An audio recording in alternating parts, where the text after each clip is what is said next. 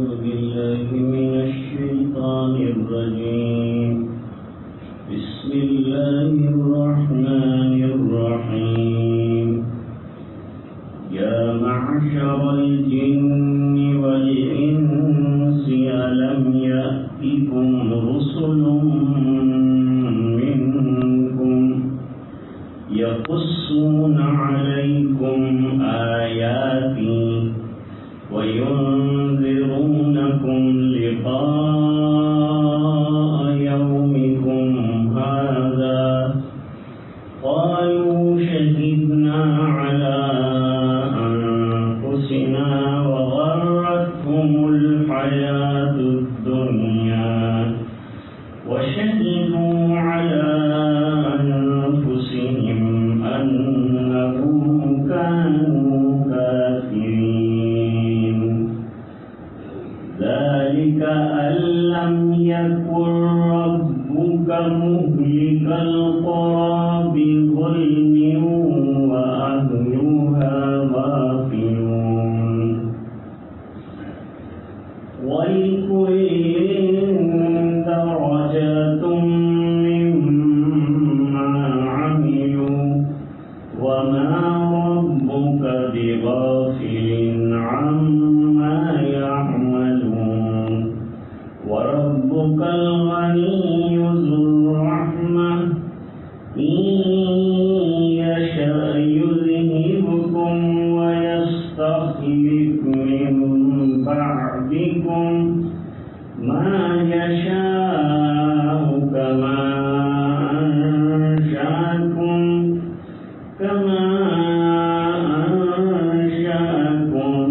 من ذرية قوم آخرين.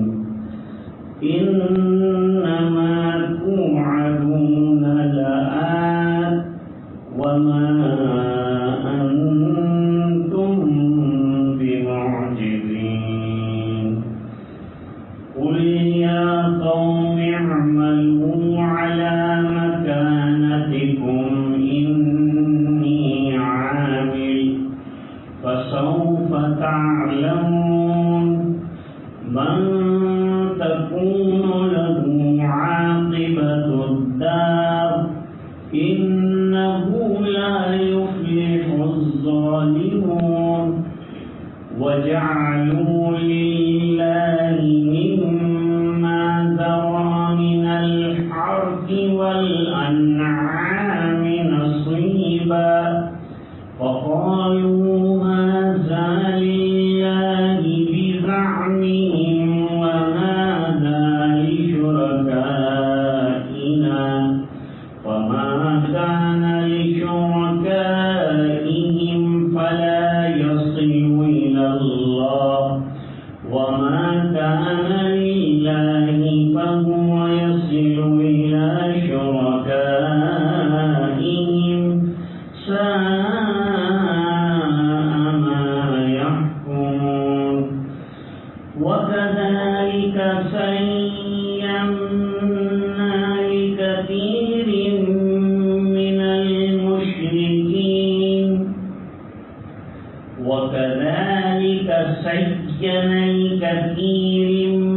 من المشركين قتل أولادهم شركاؤهم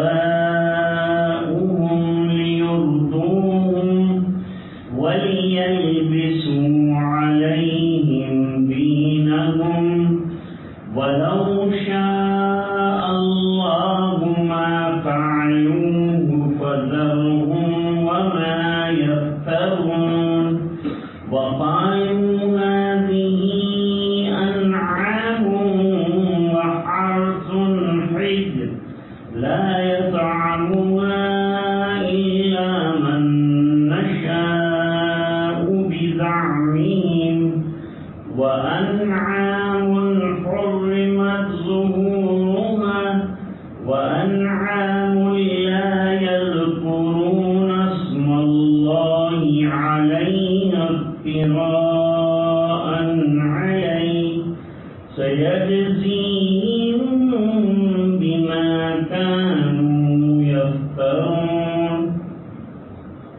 وقالوا ما في بطون هذه الأنعام خالصة لذكورنا ومحرم على أزواجنا وإن يكن ميتة فهم فيه شركاء سيجزيهم وصفهم إنه حكيم عليم قد خسر الذين قتلوا أولادهم سفها بغير علم وحرموا ما رزقهم الله افتراء على الله قد ضلوا وما كانوا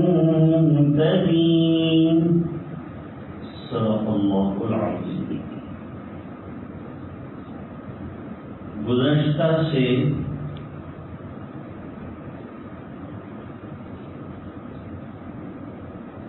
یہ بیان چل رہا ہے جنات کا اور انسان کا. پہلے دنیا میں جنات بستے تھے، اس کے بعد ان کی نافرمانیوں کی وجہ سے انہیں جنگلوں کی طرف ہانک دیا گیا اور پھر اللہ تعالی نے حضرت آدم علیہ السلام اور ان کی ذریت کو بسایا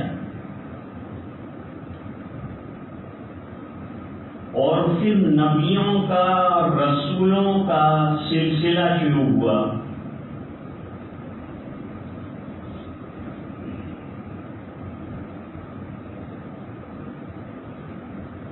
اب اللہ تعالیٰ فرماتے ہیں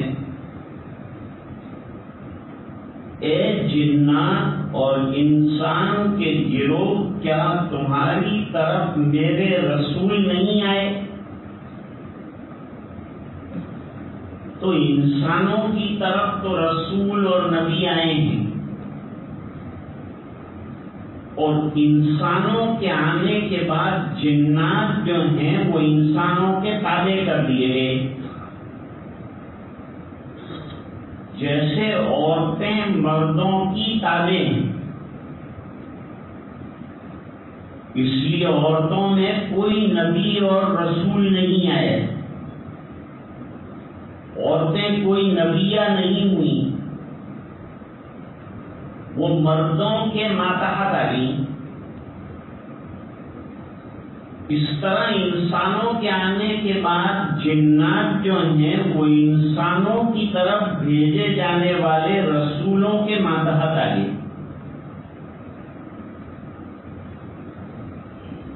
لیکن اس سے پہلے یہ بات ممکن ہے کہ جب جنات دنیا میں بستے تھے تو ان کی طرف رسول بھیجے گئے.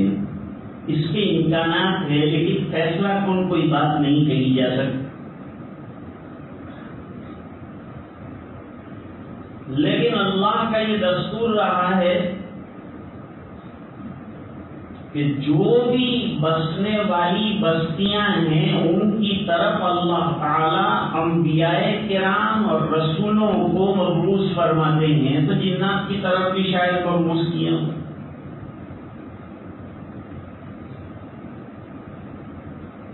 اور یہ رسول آ کر کیا کرتے ہیں؟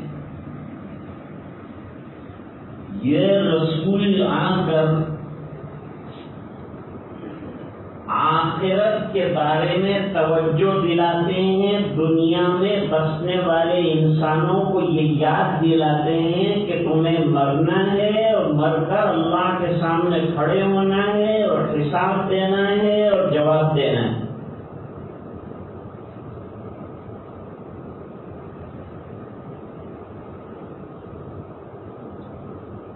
قیامت کے دن اللہ تعالیٰ ان سے پوچھیں گے کہ کیا ہم نے تمہاری طرف وہ رسول اور نبی نہیں بھیجے؟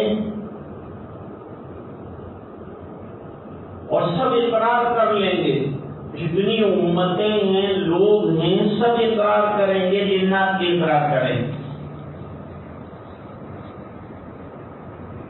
پھر کیوں نہیں مانا تم نے؟ فرمایا دنیا کی زندگی نے ہم کو دھوکے میں ڈال رکھا تھا، آخرت سے بالکل غافل رہے، دنیا میں رچے بسے رہے۔ آج ہمارا بھی عالم یہی ہے۔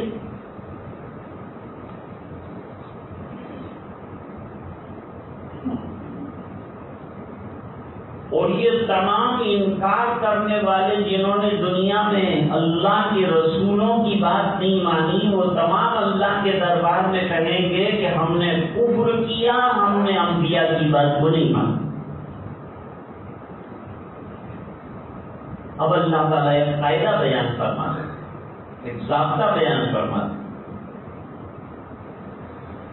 جب تک اللہ تعالیٰ دنیا میں کسی قوم کو ڈرانے والا نہیں بھیج دیتے، وہاں تک ان پر عذاب نہیں بھیجتے۔ جب ڈرانے والے آ گئے اور ماننے والوں نے انکار کر دیا، مخالفت کی انتہا کر دی، تو پھر اللہ کی پکڑ آتی ہے، دنیا میں بھی اور آخرت میں بھی۔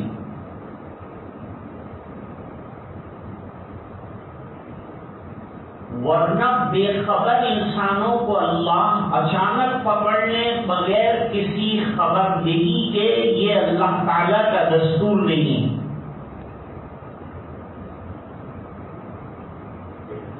کہ بندے یوں کہے کہ ہماری طرف کوئی ڈرانے والا نہیں آیا، ہم کو کوئی سمجھانے والا نہیں آیا، اور اے اللہ آپ نے ہم کو پکڑ لیا۔ اللہ تعالیٰ ایسا نہیں کرتے۔ اور پھر جن جن لوگوں کو سزا ملتی ہے، وہ سزائیں بھی ان کے گناہوں کے مطابق ملتی ہیں۔ زنا کی سزا دنیا میں الگ ہے، آخرت میں الگ ہے، چوری کی سزا یہاں کچھ اور ہے، وہاں کچھ اور ہے، کفر کی سزا یہاں کچھ اور ہے، وہاں کچھ اور ہے، کفر کے ساتھ گناہ کرنے کی سزا اور ہے، ایمان کے ساتھ گناہ کرنے کی سزا اور ہے۔ وَلِكُلٍّ دَرَجَاتٌ مِّمَّا عَمِلُوا، اللہ فرماتے ہیں جیسے جیسے اعمال اور جیسے جیسے گناہ رہے، اس کے مطابق جو ہے وہ سزا ملے گی۔ اور اللہ تعالیٰ لوگوں کے عمل سے بے خبر نہیں ہے کہ بے خبری میں جو آئی وہ سزا دے گی، ہر ایک کے عمل سے باخبر ہے، اور اس خبر کے مطابق انصاف سے جو سزا دینی چاہیے وہی سزا اللہ تعالیٰ مرتب فرماتے ہیں۔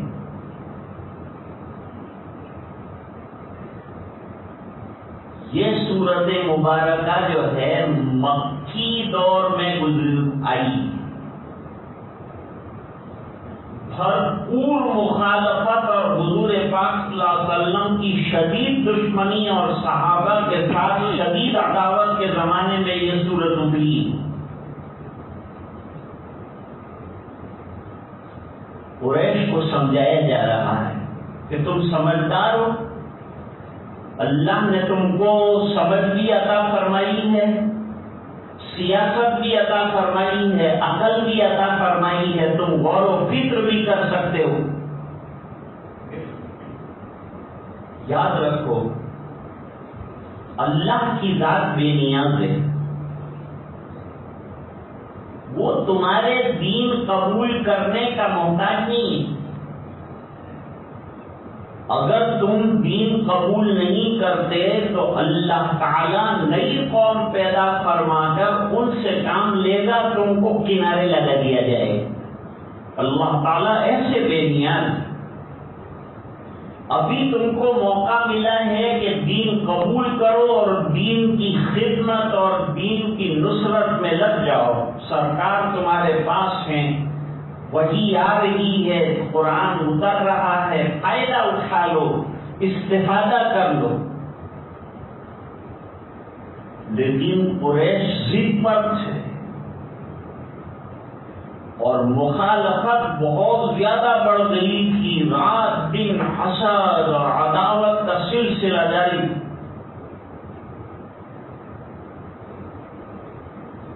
نتیجہ یہ ہوا کہ حضور پاک صلی اللہ علیہ وسلم نے مجبوراً ہجرت کی اور اللہ نے ایک نئی قوم کھڑی کی، انصار. اور انصار سے اللہ تعالیٰ نے دین کا کام لیا. مدینہ منورہ جانے کے بعد دین قوی تر ہوا، اس کی جڑیں مضبوط ہوئیں اور دین پورے عالم میں مدینے سے پھیلا.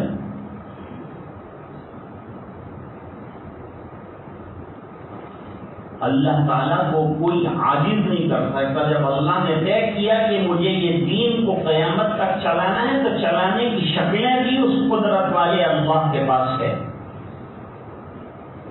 لوگوں کا محتاج نہیں ہے، وہ کسی کا محتاج نہیں.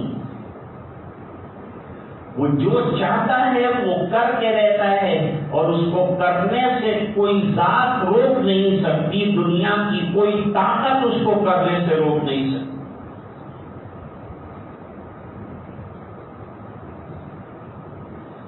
اللہ فرماتے ہیں تم اپنی مخالفت کا سلسلہ جاری رکھو، ہم اپنے دین کا سلسلہ نبی کے ذریعے سے جاری رکھتے ہیں. چند دنوں کے بعد تم کو انجام کا پتہ چل جائے گا.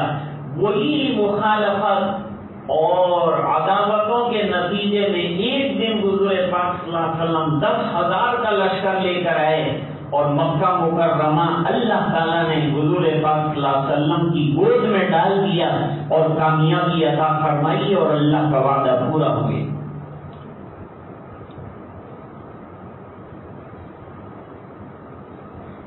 اب مشرکین مکہ کے یہاں چند رسومات تھیں اور چند چیزیں غلط شلط وہ کرتے تھے اور اللہ کی طرف منسوب کرتے تھے.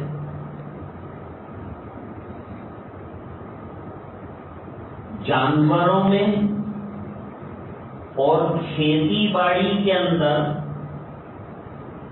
جو پیداوار ہوتی تھی وہ پیداوار کے اندر سے کچھ حصہ جو ہے وہ اللہ کے نام کا نکالتے تھے اور کچھ حصہ اپنے مندر کے پجاری اور بتوں کے نام کا نکالتے تھے. ابن عباس رضی اللہ تعالیٰ عنہما کی روایت. اور یہ حصے تقسیم کرنے کے بعد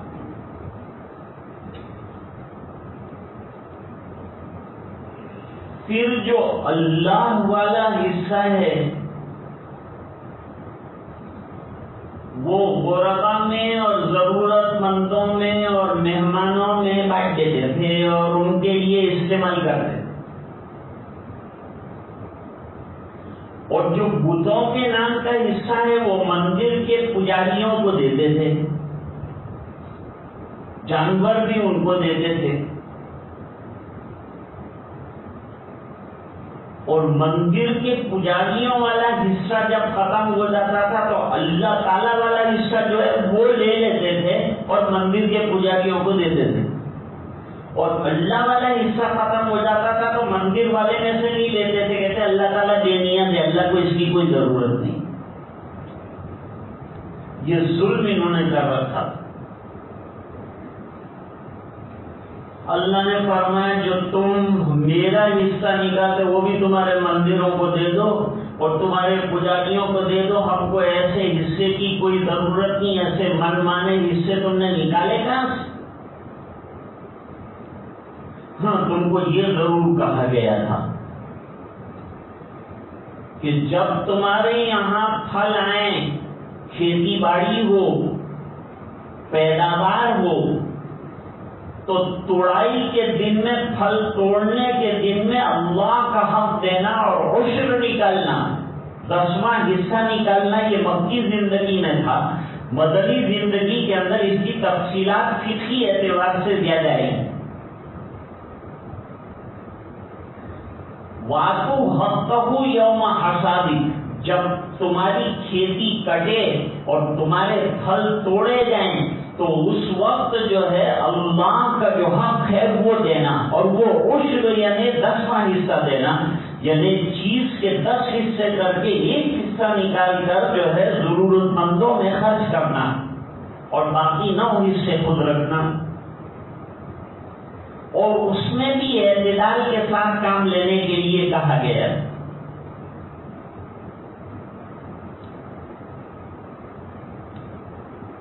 آگے اللہ تعالیٰ فرماتے ہیں کہ ان کے جو غلط رسومات تھے ان رسومات میں سے ایک رسم یہ تھی کہ یہ یوں کہتے تھے کہ ہم ابراہیمی ہیں، اور ابراہیم علیہ السلام اپنے بیٹے کو ذبح کرنے کے لیے تیار ہوئے تھے، لہذا ہم بھی ہماری اولاد کو بتوں کے نام ذبح کریں گے۔ چنانچہ ہندوستان میں آج بھی چند قومیں ہیں جو مندروں میں اغوا کیے ہوئے لوگوں کے بچوں کی بلی چڑھاتے ہیں۔ آج بھی ملک میں ایسے لوگ موجود ہیں اور ان پر کاروائیاں بھی ہوئی۔ بچے ادھر ادھر گھومتے ہوئے جو ہیں ان کو اغوا کیا جاتا ہے اور اغوا کر کے مندروں میں لے جاتے ہیں اور بتوں کے نام پر ان کو جو ہے ذبح کر دیتے ہیں اور کہتے ہیں ہم نے بلیدان چڑھایا۔ اللہ تعالیٰ نے منع فرمایا کہ یہ جو رسم تم نے ابراہیم علیہ السلام کے نام پر اپنی اولاد کو بتوں کے نام پر ذبح کرنے کی نکالی ہے، یہ بالکل غلط ہے، اس کی کوئی اصل نہیں ہے، اس کی کوئی دلیل نہیں۔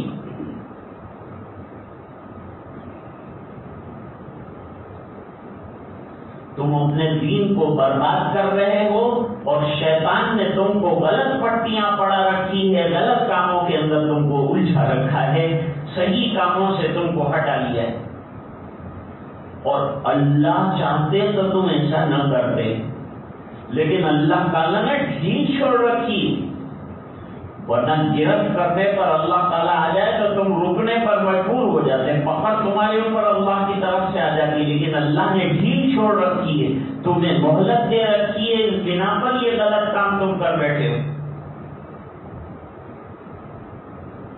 پھر انہوں نے جانوروں کے اندر بھی چند ممنوعات رکھی تھیں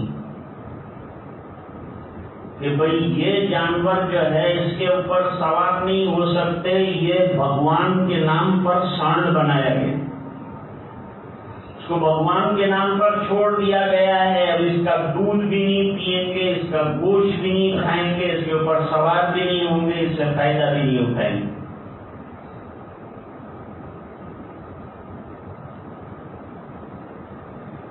ایسے چند جانور تھے، بحیرہ، سائبہ، وسیلہ، حام، ایسے 3-4 قسم کے جانور جو، اور نام لیا تھا کہ اللہ نے منع کیا ہے ہم کو، اور اللہ فرماتے ہیں ہم نے کوئی جانور ان میں سے حرام نہیں کیا، تو سب جانور حلال تھے لیکن انہوں نے اپنی طرف سے ان کو حرام قرار دے دیا، حالانکہ حرام اور حلال قرار دینے کا حق اور کسی چیز کی علت اور حرمت کا حق صرف اللہ۔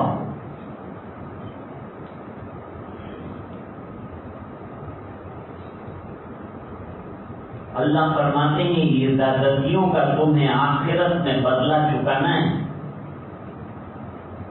پھر ان کے یہاں ایک برائی اور بھی تھی، وہ برائی یہ تھی کہ انہوں نے یہ تجویز کیا تھا کہ مادہ جانور کے پیٹ میں سے اگر زندہ بچہ نکلے تو اس کو ذبح کر کے خالی مرد کھا سکتے ہیں، عورتیں نہیں کھا سکتی، اور اگر مادہ جانور کے پیٹ میں سے بچہ اگر مردہ نکلے تو یہ مردہ بچہ جو ہے عورتیں بھی کھا سکتی ہے اور مرد بھی کھا سکتی ہیں۔ جیسے ہمارے یہاں یہ رواج ہے کہ بھئی گردے مرد ہی کھا سکتے، کہاں سے ہے، اور کلیجی جو ہے وہ بھی مرد ہی کھا سکتے، عورتوں کو حق نہیں. تو ایسا ان لوگوں نے من گھڑت قاعدہ بنایا تھا. وَإِن يَكُن مَيْتَةً فَهُمْ فِيهِ شُرَكَاء. اور اگر بچہ مردہ پیدا ہوا تو مرد عورتیں سب برابر. عجیب انہوں نے یہ تجویز کی تھی. اللہ فرماتے ہیں ہم نے تو ایسا کوئی قاعدہ بیان کیا نہیں. وہ جب جانور ذبح کرتے تھے تو اللہ کا نام نہیں لیتے تھے بلکہ اپنے بتوں کے نام کی، جیسے یہاں جو ہے کالی ماتا کے نام سے ذبح کر، گوری ماتا کے نام سے ذبح کر. اس طرح سے وہ لوگ بھی بتوں کے نام پر ذبح کرتے تھے.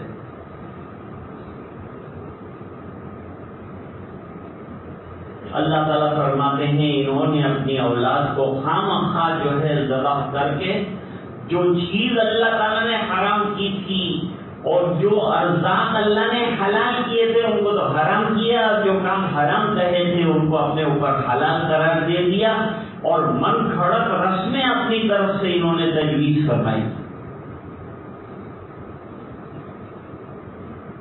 یہ رکوع کا انتہا اسی پہ ہوئی ہے.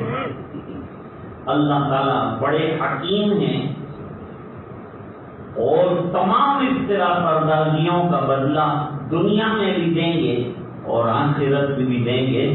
پورے رکوع کا خلاصہ مشرکین کو غلط رسموں سے روکنا، دین حق پر چلنے کی دعوت دینا، حضور کی نصرت کرنا مکی زندگی میں، لیکن نہ کرنے کے نتیجے میں اللہ نے فرمایا کہ ہم نئی قوم پیدا کر کے ان سے کام لیں گے.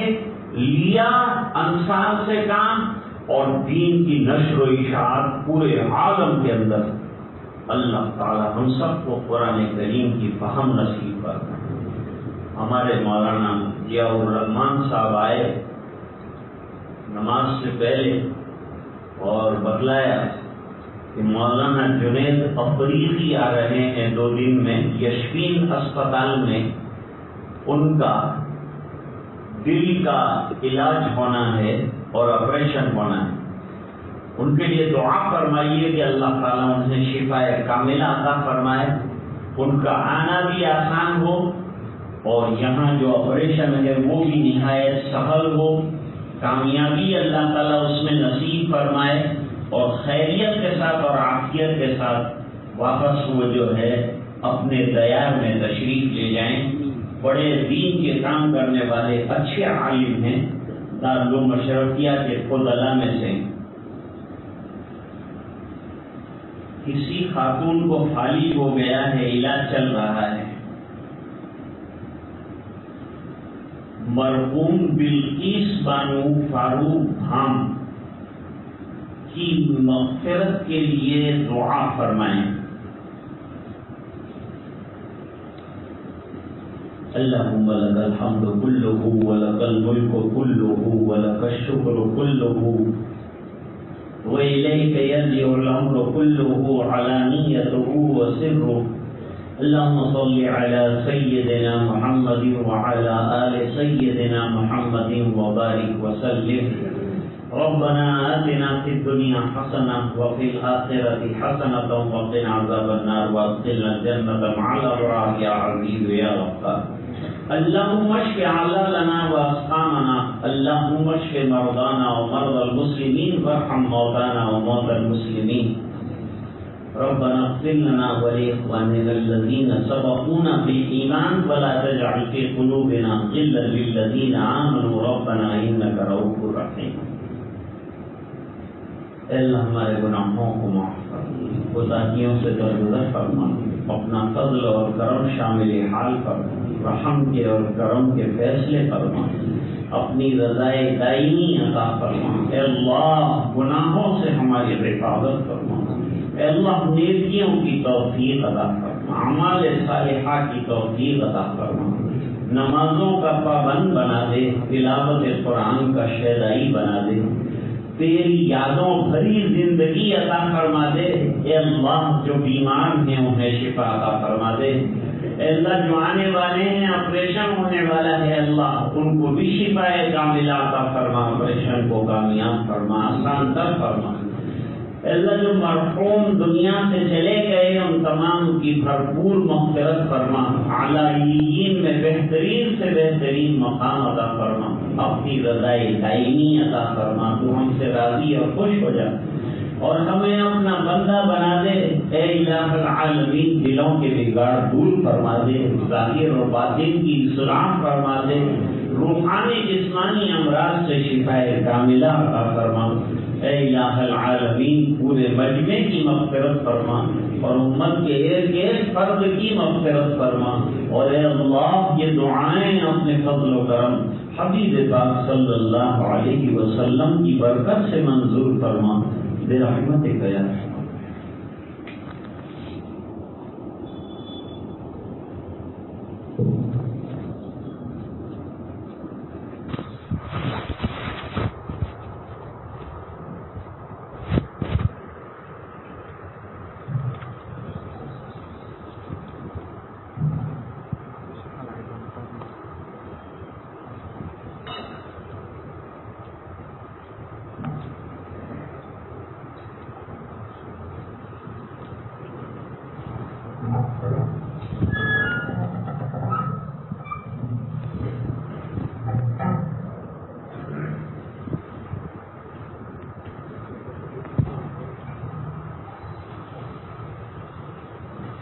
تھوڑی دیر کے لیے انشاءاللہ ذکر کریں گے اور اس کے بعد مراقبہ کریں گے۔ مراقبہ اللہ کی رحمت کے انتظار میں اور اللہ کے دھیان میں بیٹھنے کا نام ہے۔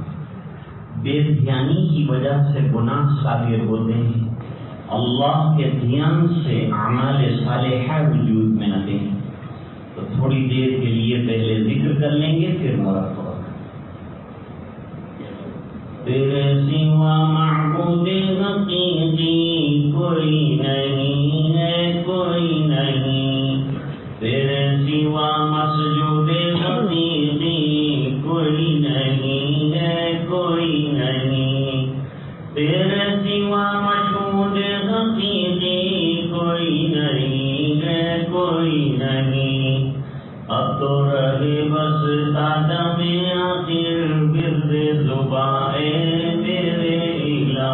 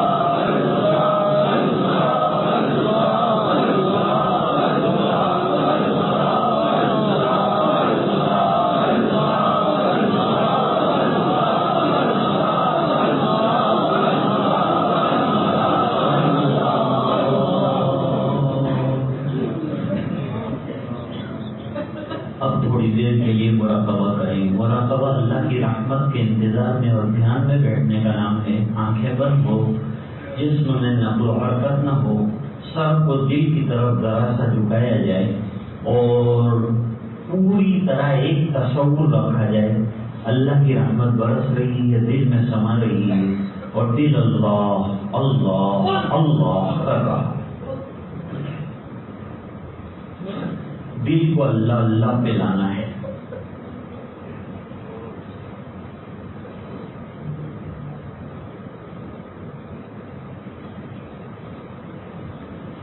اے خوبتنی بیدار شو بیدار شو بیدار شو،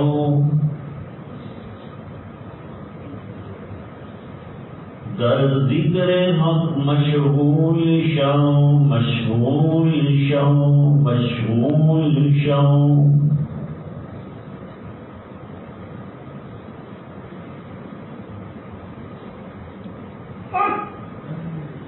عزیزوں دوستوں یارو یہ دنیا دار فانی ہے،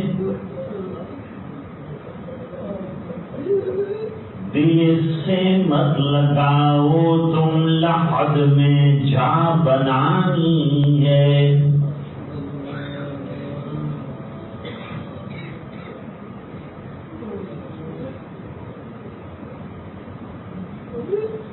تو آیا بغیر طاعت پھنسا لذات دنیا میں، عقل کھوئی گئی تیری یہ کیسی نادانی ہے.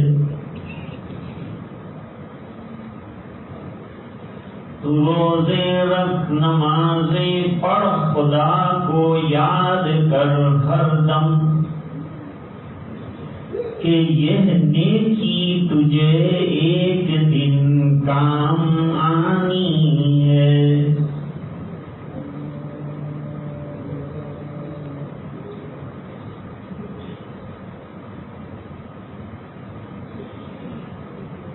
آج تو کہا گیا تو آنکھیں بند کی، یہ سوچنا چاہیے کہ ایک دن وہ آئے گا جب لوگ میری آنکھ بند کر دیں.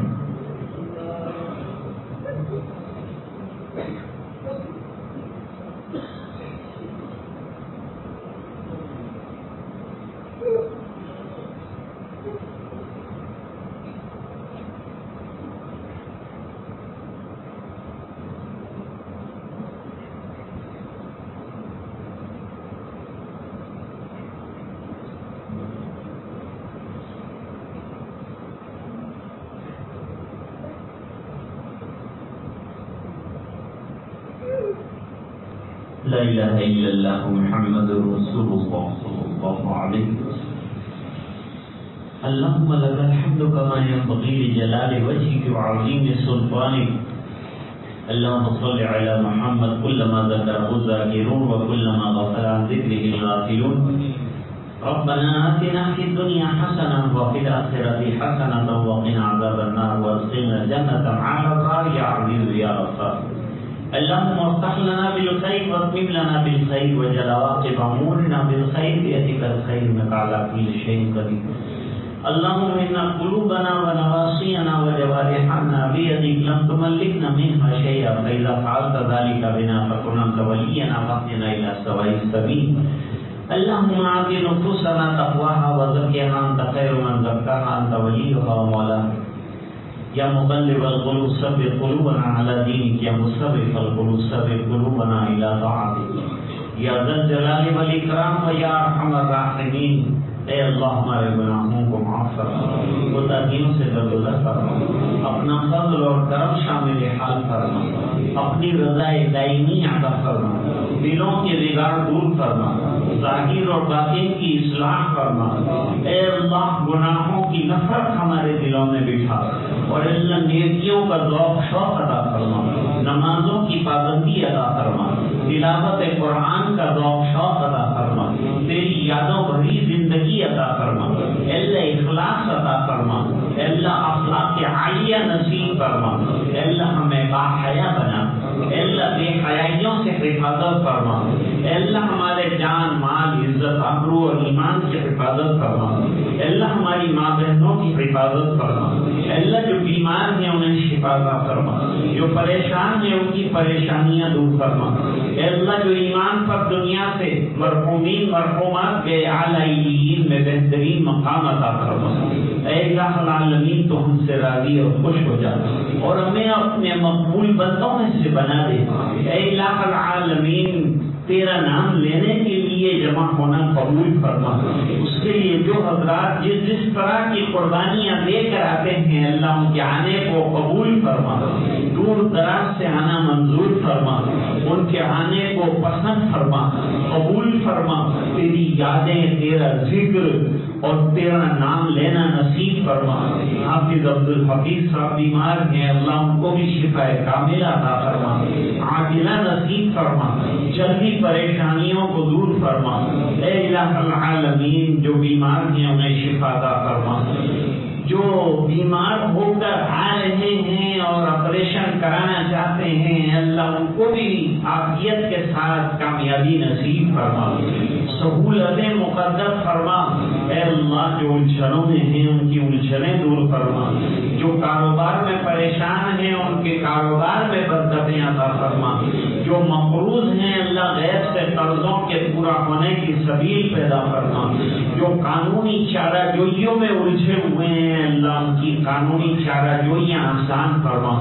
اے الہ العالمین پورے مجمع کی مغفرت فرما، امت کے ایک ایک فرد کی مغفرت فرما اور دعائیں اپنے فضل و کرم سے قبول فرما برحمتک یا ارحم الراحمین۔ آئندہ ہفتے انشاءاللہ کچھ حضرات بیعت ہونا چاہتے ہیں، وہ حضرات آئندہ ہفتے تشریف لائیں۔